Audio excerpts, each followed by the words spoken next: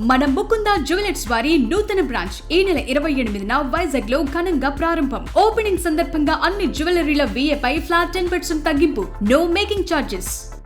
Buildup ఎక్కువ, business తక్కువ అనే మాట తెలుసు కదా. చైనాకి ఇది సరిగ్గా సరిపోతుంది. ఇరాన్ ఇజ్రాయెల్ యుద్ధంతో ఇది మరోసారి ప్రూవ్ అయింది. మేడ్ ఇన్ చైనా ప్రోడక్ట్ అంటే ఎలా ఉంటుందో తెలుసుగా. ఇప్పుడు ఇరాన్కు కూడా బాగా తెలిసొచ్చింది. చైనా మేడ్ ఎయిర్ డిఫెన్స్ సిస్టమ్ని నమ్ముకున్న ఇరాన్కు గట్టి దెబ్బే తగిలింది. ఇజ్రాయెల్ మిసైళ్లని ఆపలేక, డ్రోన్లని గుర్తించలేకపోవడంతో ఇరాన్ ఊహించని నష్టాన్ని చూడాల్సి వచ్చింది.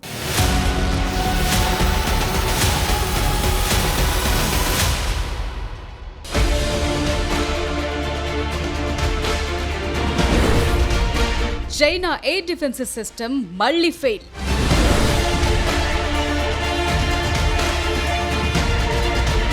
ఇరాన్లో భారీ నష్టానికి కారణమైన చైనా.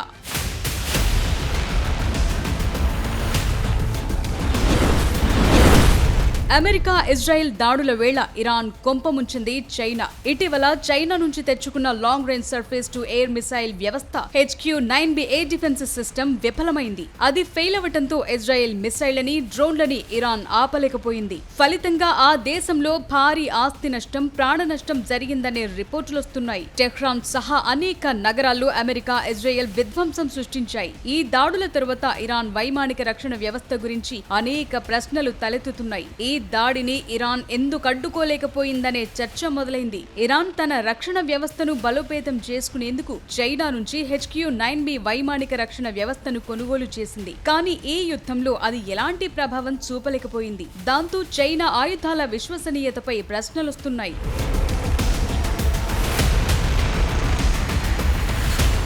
ఈ యుద్ధంలో ఇజ్రాయెల్కు మద్దతుగా అమెరికా ఉంది. కానీ ఇరాన్కు మద్దతుగా మిత్రదేశం చైనా లేదు. అయినప్పటికీ డ్రాగన్ కు చెందిన ఆయుధాలు అగ్ని పరీక్షను ఎదుర్కొంటున్నాయి. బీజింగ్ అత్యంత ప్రచారం చేసిన సైనిక ఎగుమతుల్లో ఒకటైన HQ-9B ఎయిర్ డిఫెన్స్ సిస్టమ్ ఏడాదిలోపు 2 వరుస యుద్ధాల్లో విఫలమవటంతో ప్రపంచ వ్యాప్తంగా దాని మీదే డిబేట్ మొదలైంది. గతేడాది జూన్లో ఇజ్రాయెల్తో కాల్పుల విరమణ తరువాత ఇరాన్ తన ఎయిర్ డిఫెన్స్ ని బలోపేతం చేయటంపై ఫోకస్ పెట్టింది. చైనాతో చమురు ఆయుధాల ఒప్పందంలో భాగంగా HQ-B9 ఎయిర్ డిఫెన్స్ సిస్టమ్ ని కొనుగోలు చేసింది.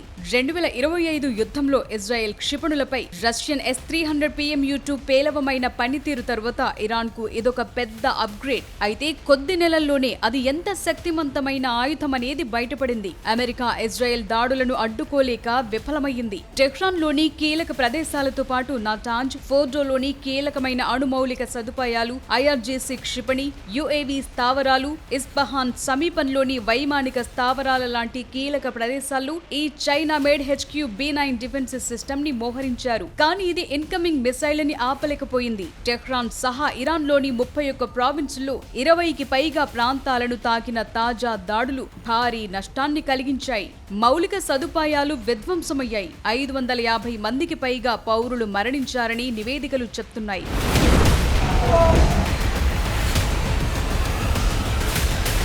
చైనాకు చెందిన aerospace science and industry corporation ఈ HQ-9B ని డెవలప్ చేసింది. దీన్ని చైనా స్వదేశీ ఎయిర్ డిఫెన్స్ సిస్టమ్ గా అభివృద్ధి చేసింది. ఇది రష్యాకు చెందిన S-300 PMU, అమెరికాకు చెందిన పేట్రియాట్ PSC-2 నుంచి స్ఫూర్తి పొంది తయారు చేశారు. దీని రేంజ్ 260 కిలోమీటర్లు, 50 కిలోమీటర్ల ఎత్తు వరకు ఉన్న టార్గెట్లను ఛేదించగలదు. యాక్టివ్ రాడార్, హోమింగ్, ఇన్ఫ్రారెడ్ సీకర్లతో ఒకేసారి 100 మిసైళ్లను ట్రాక్ చేస్తుంది. ఒకేసారి 6 నుంచి 8 మిసైళ్లను గాల్లోనే పేల్చేసే కెపాసిటీ ఉందని చైనా ప్రచారం చేసింది. దీన్ని మొదటిసారి 2006లో పరీక్షించారు. 10 సంవత్సరాలుగా వాడుకలో ఉంది. అధిక ఎత్తులో ఉన్న మిసైళ్లను కూల్చేసే సత్తా ఉందని బాగా ప్రచారం చేశారు. టిబెట్, దక్షిణ చైనా సముద్రాన్ని రక్షించేందుకు చైనా వీటిని ఉపయోగిస్తోంది. ఇది అద్భుతంగా పనిచేస్తుందని, ఇజ్రాయెల్ మిసైళ్లని ఎదుర్కొంటుందని ఇరాన్ ఆశించింది. కానీ అమెరికా, ఇజ్రాయెల్ దగ్గరున్న అడ్వాన్స్డ్ ఫైటర్ జెట్లని ఇది ఏ మాత్రం ఆపలేకపోయింది. పైగా చైనా ఇరాన్ కి సప్లై చేసిన 3 HQ-9B ఎయిర్ డిఫెన్స్ సిస్టమ్స్ ని యుద్ధం మొదలైన కొన్ని గంటల్లోనే అమెరికా ధ్వంసం చేసిందనే రిపోర్ట్స్ వస్తున్నాయి. పాకిస్తాన్, వెనజుయేలా తరువాత చైనా ఆయుధాలు ఇరాన్ లోనే విఫలమయ్యాయి. దీని టెక్నాలజీ సరిగా లేదని, లోపాలున్నాయేమోనని నిపుణులు ప్రశ్నిస్తున్నారు. చైనా ఎయిర్ డిఫెన్స్ సిస్టమ్ గనుక ఫెయిల్ అయి ఉండకపోతే Iran supreme leader Ayatollah Ali Khamenei ఈ రోజు బతికి ఉండేవారనే వాదనలు కూడా గట్టిగా వినిపిస్తున్నాయి.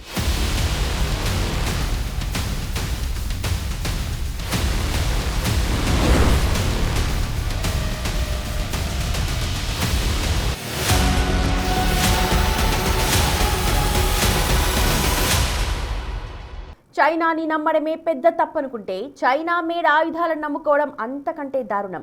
అవే ఇప్పుడు ఇరాన్ కొంపముంచాయి. చైనా ఎయిర్ డిఫెన్స్ సిస్టమ్ HQ-9Bని నమ్ముకొని ఇరాన్ మోసపోయింది. ఇజ్రాయెల్ ప్రయోగిస్తున్న మిసైళ్లని ఆపలేక ఆపసోపాలు పడుతోంది. China air defence system fail అవ్వడం మొదటిసారేమీ కాదు. ఆపరేషన్ సింధూర్ టైంలోనూ ఇదే సీన్ కనిపించింది. ఇప్పుడు అదే రిపీట్ అయింది. సో పేరు గొప్ప ఊరు దిబ్బ అన్నట్లుగా డ్రాగన్ వెపన్స్ని నమ్ముకుంటే అంతేనా?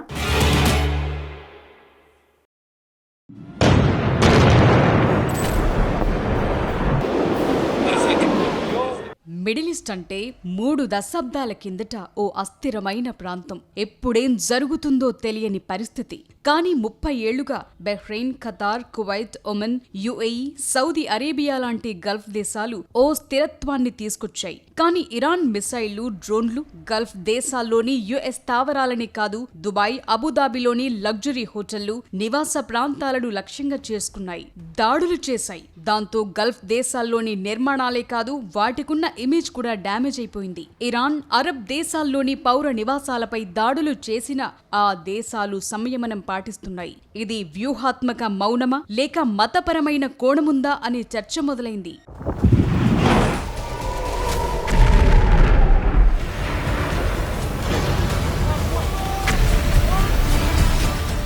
అయతుల్లా అలీ ఖమేనీ ఇరాన్ దేశానికి అధిపతి మాత్రమే కాదు, ప్రపంచ వ్యాప్తంగా ఉన్న షియా ముస్లింలకు నాయకుడు. గల్ఫ్ కూడా ముస్లిం దేశాలున్న ప్రాంతమే. అయితే యుద్ధం వల్ల తలెత్తిన పరిణామాలతో అరబ్ దేశాలు కఠిన పరిస్థితులను ఎదుర్కొంటున్నాయి. ముస్లిం ఉమ్మాలో భాగమైన దేశంపై వారు పెద్ద ఇస్లామిక్ సమాజానికి వ్యతిరేకంగా వ్యవహరించే వారిగా ముద్రపడటమే కాకుండా ఇజ్రాయెల్ కు మద్దతుగా నిలిచిన వారిగా పరిగణిస్తారు. పైగా ఖమేనీ లాంటి షియా ముస్లిం నాయకుడి తరువాత అరబ్ దేశాలు తిరిగి దాడులు చేస్తే ముస్లిం సమాజానికి మరో విధంగా సంకేతాలు వెళతాయనే భావన ఆ దేశాల్లో ఉంది. పైగా ఇప్పుడు రంజాన్ మాసం కొనసాగుతోంది. ఇలాంటి సమయంలో మిడిల్ ఈస్ట్ మొత్తం తీవ్రమైన సంఘర్షణలో చిక్కుకుంది. అయితే ఒక్క సౌదీ అరేబియా నుంచి మాత్రమే ఇరాన్ కి హెచ్చరికలు వెళ్లాయనే చర్చ జరుగుతోంది.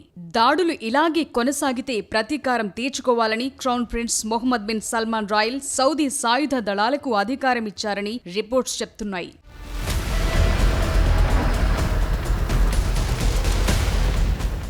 మధ్య ప్రాచ్యంలో ఆధిపత్యం కోసం సౌదీ అరేబియా, ఇరాన్ మధ్య దీర్ఘకాలికంగా శత్రుత్వం నడుస్తోంది. ఇరాన్ కూడా అదే అదనుగా సౌదీలోని ఆరంకో శుద్ధి కర్మాగారంపై దాడులు చేసింది. రియాద్లోని US ఎంబసీ పైన అటాక్స్ జరిగాయి.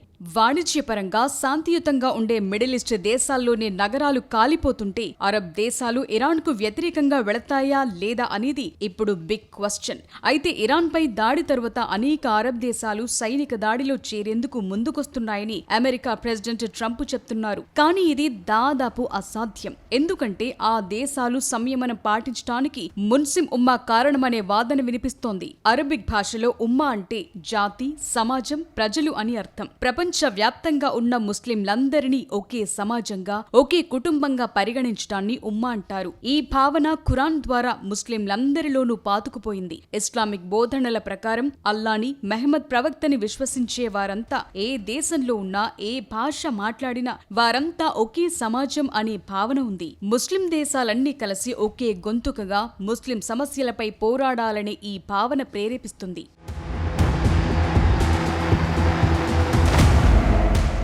షియా సున్నీ విభజన కూడా ఇప్పుడు చర్చకొస్తోంది. అరబ్ దేశాల్లో సున్నీ ముస్లింల జనాభా ఎక్కువగా ఉంది. ఇరాన్ పూర్తిగా షియా ముస్లింల దేశం. ఇరాన్ కాకుండా ఇరాక్, లెబనాన్, పాకిస్తాన్లో షియా జనాభా అధికంగా ఉంది. గతంలో కూడా కొన్ని కీలక సమయాల్లో షియా సున్నీ విభేదాలను పక్కన పెట్టారు. అయితే 1948లో ఇజ్రాయెల్ ఏర్పాటుతో ముస్లింలు, యూదుల మధ్య శతాబ్దాల తరబడి కొనసాగుతోన్న శత్రుత్వం మరింత తీవ్రమైంది. ఇది మరో సంఘర్షణాత్మక అంశంగా మారింది. ఇజ్రాయెల్ చర్యలు తరచుగా ముస్లిం ప్రపంచంపై దాడులుగా చిత్రీకరిస్తున్నారనే వాదనలున్నాయి. అయితే ఇప్పుడున్న సంక్షోభంలో ఇరాన్ గల్ఫ్ దేశాలను లక్ష్యంగా చేసుకుంది. ఇందుకు ఆ దేశాల్లో అమెరికా స్థావరాలు ఉండటమే కారణమని తెలిపింది. దాడుల తర్వాత గల్ఫ్ దేశాలన్నీ ఓ జాయింట్ స్టేట్మెంట్ రిలీజ్ చేశాయి. ఇరాన్ దాడులు తమ దేశాల సార్వభౌమత్వాన్ని ఉల్లంఘించే చర్యగా, తమ పౌరులను ప్రమాదంలో పడేసే ప్రయత్నమని ఖండించాయి. గల్ఫ్ కోఆపరేషన్ కౌన్సిల్ కూడా ఎమర్జెన్సీ మీటింగ్ నిర్వహించింది. హేయమైన ఇరాన్ దాడులను ఖండించింది. ఆత్మరక్షణ కోసం అవసరమైన అన్ని చర్యలు తీసుకునే హక్కుని గుర్తు చేసింది.